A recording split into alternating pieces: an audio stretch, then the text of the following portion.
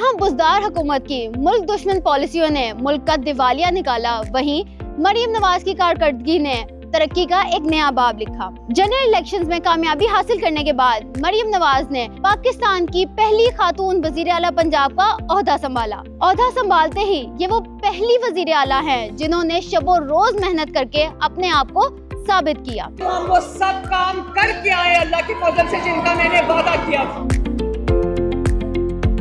जहां पीटीआई हुकूमत ने वादों का ड्रामा रचाया और अवाम को बेवकूफ बनाया, वहीं वजीर आला पंजाब मरीम नवाज साहिबा ने हर शोबे में अपनी कामयाबी का लोहा मनवाया। आइए एक नजर डालते हैं 2024 एक सुनहरे साल पर।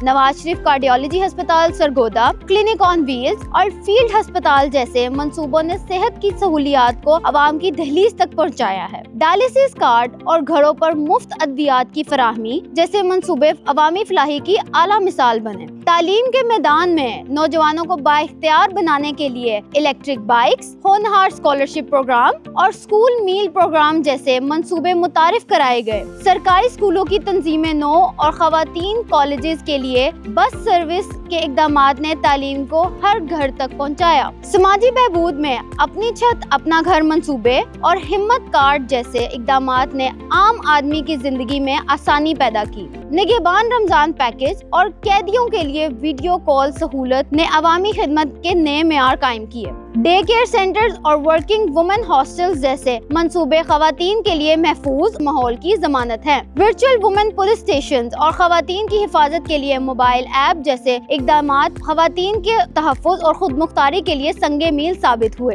इंफ्रास्ट्रक्चर के शोबे में सड़कें बहाल पंजाब खुशहाल मंसूबे के तहत कई अहम मंसूबे मुकम्मल किए गए, जिनमें SL3 रिंग रोड और रावी पुल की अपग्रेडेशन शामिल है। मरी डेवलपमेंट प्लान और सियाहत के लिए डबल डेकर बसों का आगाज भी काबिल जिक्र रहा। माहौलियाती शोबे में स्मोक इमरजेंसी हॉटलाइन जैसे मंसूबे माहौलियाती तहफ़्फ़ुज़ के अज़म की अक्कासी करते हैं। अगर सिर्फ 10 महीनों में वज़ीर आला पंजाब मरीम नवाज साहिबा की क़यादत में पंजाब ने इन तरक्की की राहों को छुआ है, तो जरा सोचिए आइंदा 4 सालों में पंजाब कामयाबी की किन बुलंदियों को छुएगा। ये तरक्की का सफर रुकेगा नहीं, क्योंकि पंजाब की बागडोर अब महफूज हाथों में है।